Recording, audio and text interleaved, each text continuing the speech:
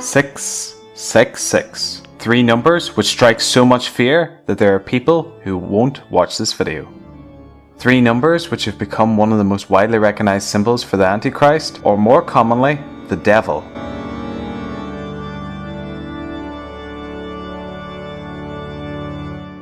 References to this number occur both among apocalyptic Christian groups and explicitly in anti-Christian subcultures.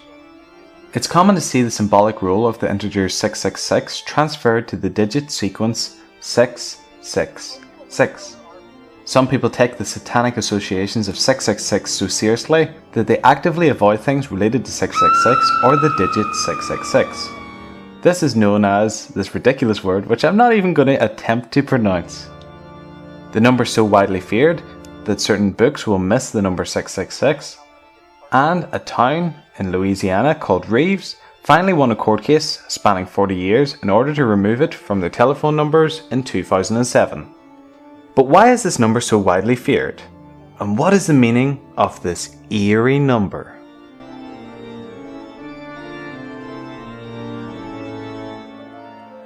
The number 666 comes from a passage in the New Testament of the Bible in the book of Revelation, which says, "And that no man might buy or sell, save he that had the mark, or the name of the beast, or the number of his name.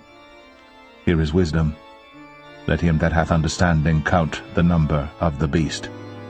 For it is the number of a man, and his number is 666. Here in the original language, 666 is written chi, psi, stigma, which are three letters of the Greek alphabet. In ancient languages such as Greek and Hebrew, letters were given numerical values in a system known as gematria. In Greek, gematria looked like this.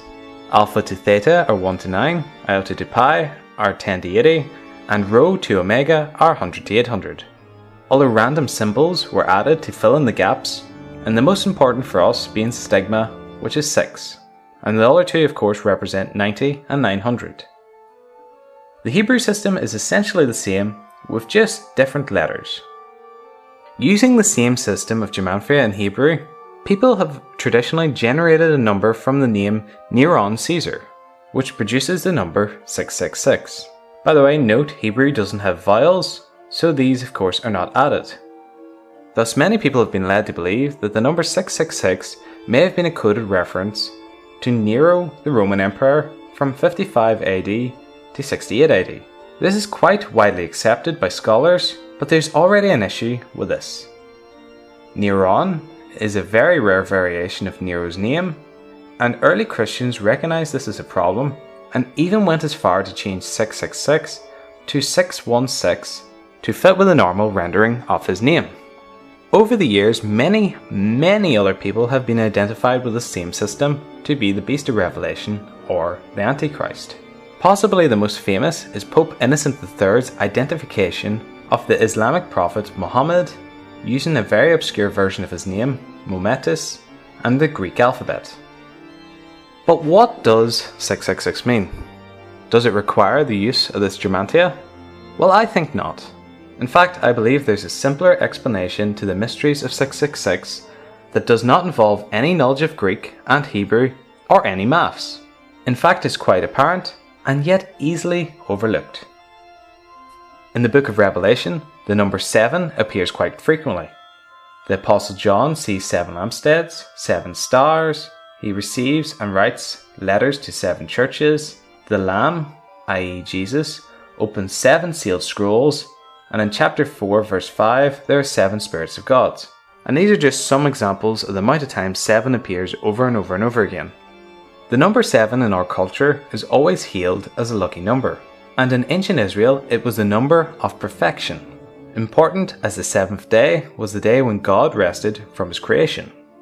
From scriptures we can see that God is Trinity, 3 in 1, made up of the Father, Son and Holy Spirit.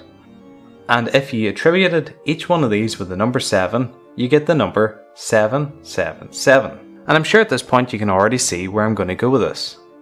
Because in Revelation we see the devil trying his best to mimic God, and the devil makes his Trinity, represented by 2 beasts and a dragon. and they all attempt to fulfill the same roles as God. For example, having one with wounds, looking like he was killed, mimicking Jesus. For the Christians, this is what 666 most likely represented.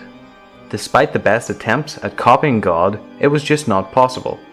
Satan gets so close, and yet is so far. Like a cheap Chinese knockoff of a designer item or phone.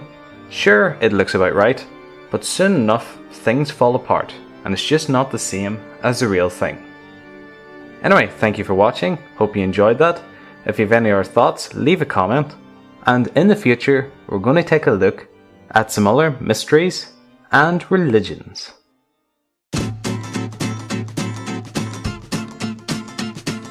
As always, thanks for watching. If you're new here, please subscribe and feel free to like, comment and look through the other videos, as I'm sure we have a topic that suits you.